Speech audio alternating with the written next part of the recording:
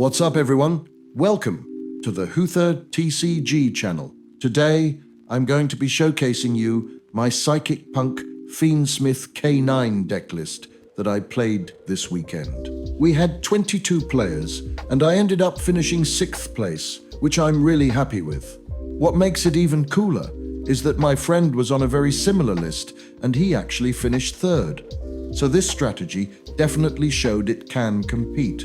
So today I'll break down the deck, explain some card choices, talk about how it performed, and what I might change going forward. So first, let's break down the main deck, shall we? As an additional starter, in order to have 15 in total, I play 1 copy of Ogre Dance. It plays worse into Droll, but I feel it's necessary for 5 turns, locals or regionals, to boost consistency. Next is Amin, which is our least favorite normal summon. We play 2 copies strictly, to increase the number of punk names in the deck. He is still decent, but does not allow for full combo. Next up is Foxy tune, which we play at 3 copies since it's the best way to special summon Amin directly from the deck. It essentially acts as 3 additional copies of Emergency Teleport. The only downside is that it requires a discard on resolution, which can be inconvenient, especially since this deck's card economy is already very tight. Then we play 3 copies of Mind Procedure. It searches a teleport spell, making it our best normal summon, even though it can be hit by Ash Blossom and Ghost Bell. Then we play 2 copies of Serene Psychic Girl. She locks us into psychic monsters from the extra deck, which makes her less desirable than Mind Procedure, but she is still a strong starter that can lead to a full combo. In this build, this conflicts with the K9 package, as well as the Fiendsmith package. Because of this restriction, we generally look to resolve her after using our other engine pieces. We run 3 copies of Emergency Teleport, which is by far our best starter and strongest engine card. It can also function as an interruption by summoning Ghost Ogre from the deck on the opponent's turn. Then we play 1 copy of Parallel Teleport. This is an interruption that we want to set for the opponent's turn, allowing us to special summon a psychic monster from the deck or extra deck by tributing a psychic monster with a level. Our best targets for this card, depending on the game state, are either Zeta or Ghost Ogre. We also play 3 bricks, 1 for each of the additional engines we run alongside Punk and Psychics. These are Lupus for K9, Driver for PSY frames, and Engraver for Fiendsmith. Moving on to the engine requirements, we play 1 copy each of Punk Rising Scale, Punk Deer Note, and Psychic Minister. These cards function as utility pieces and extenders, and they really act as the glue that holds the deck together. You want to special summon Deer Note directly from the deck during the combo thanks to Carp. Meanwhile, Psychic Minister can be added from the deck using Jam Dragon Drive. Now, let's move on to our 3 non-engine pieces. Called by the Grave helps us dodge hand traps, and most importantly, helps us with Fuelos, which is probably the greatest problem of this deck. Talents punishes hand traps and helps us breaking boards. And finally, Pot of Prosperity, which improves the deck's overall consistency and gives us the ability to dig for important non-engine pieces. Beginning with our hand trap lineup, we run Magnum Hut and Druisworm, followed by a single copy of Ghost Ogre, which is not very desirable in this format, but that is easily accessible thanks to our engine pieces, allowing us to search her whenever it's needed. Then we play 2 Deltas and 1 Gamma, which on the contrary are extremely strong in this format. They help us against decks like Mitsurugi and Dracatail, as well as other more roguish matchups. Now we move on to the real spice of this build. 3 copies of Izuna. In this deck, Izuna serves three main purposes. First, it acts as a hand trap.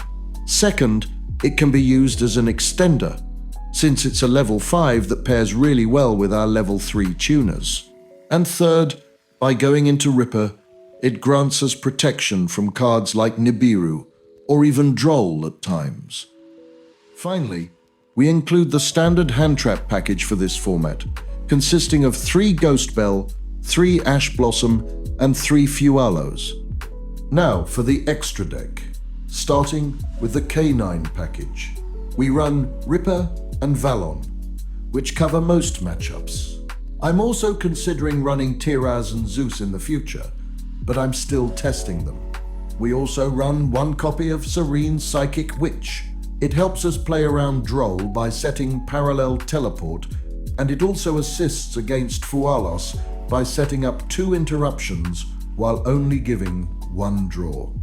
As mentioned before, we run 1 copy of Zeta to have a target for parallel teleport. Zeta basically acts as a slightly less powerful SP Little Knight. Next, we run a minimalistic Fiendsmith package. 1 Requiem, 1 Necroquip, 1 Caesar, and 1 Mellow Melody. Mellow Melody allows us to bridge plays whenever we have 2 level 3 monsters on the field. To finish our extra deck, we run Lambda as an end board piece that allows us to add either Gamma or Delta Psychic End Punisher to facilitate Ox, Omega to hand-rip decks that use mostly board breakers up to 2 times, Psychic Blaster as a main end board piece that is able to target banish 1 monster on the field, as well as revive basically any monster from the banishment. Jam Dragon Drive as a combo piece, Jam Fever that acts as a monster negate, and finally Silent Psychic Magician, which is mandatory to synchro climb. Now, before moving on to the final considerations, I'll quickly let you take a look at the side deck. Nothing here is set in stone, so feel free to adjust these choices and pick whatever you think fits your local meta best. Just keep in mind that Mind Over Matter and Psychic Blocker are 2 very reliable options going first that I think are quite unique to this deck. Now, in this final segment, while you're watching the second round of the tournament, where I faced my friend and we ended up with a Psychic Mirror match, I want to talk about what I think worked well and what I'd like to change going forward. Overall, I managed to win 3 rounds, beating Kashtira, Fiendsmith, Fire King, and Psychics. I lost 2 matches, one against Yummy Sulfurshard, which went to Game 3, and one against Vanquish K9, where I unfortunately got Fualos twice and wasn't able to answer it correctly. The main reason this deck is able to compete is because it has multiple ways to play around Droll. Depending on your hand, you can choose to go down the Fiendsmith line, use Izuna if you draw it, or simply end on Serene Psychic Witch and set parallel teleport. Another big strength of the deck is the fact that it can comfortably play up to 18 hand traps, which is very solid, even when compared to decks like Pure Yummy. On top of that, the deck is also able to extend through hand traps surprisingly well, as long as you see the right extenders at the right time. Of course, as for any deck, there will be hands where a single Ash Blossom or a single Infinite Impermanence will end your turn. But thanks to the non-engine, you should be able to drag your opponent down with you to a very simplified game state, where this deck really shines. What this deck really fears are board breakers, especially if they are paired. Like for example, Duster plus Evenly Matched. So always make sure to layer your interruptions and don't take the Charmy challenge if you can. And finally, here's what I'd like to change going forward. First, I want to experiment with adding the Teleport Fusion, along with its corresponding extra deck targets. My friend was playing this package, and it looked extremely strong throughout the tournament. Other possible changes involve the extra deck, I'm considering adding Tiras and Zeus to further improve the K9 package, especially for grindier matchups. Another option is running Hyper Psychic Riser in the extra deck as a floodgate-style target that we can access when needed. Overall, I'm really happy with how this deck performed. I think the core is definitely solid, and with a few more tweaks and testing, this deck has even more potential going forward. If you enjoyed this Psychic deck profile and the tournament breakdown, make sure to leave a like and subscribe for more competitive Yu-Gi-Oh! Content. Let me know in the comments what changes you would make, or what tech choices you think are worth testing at my next local event.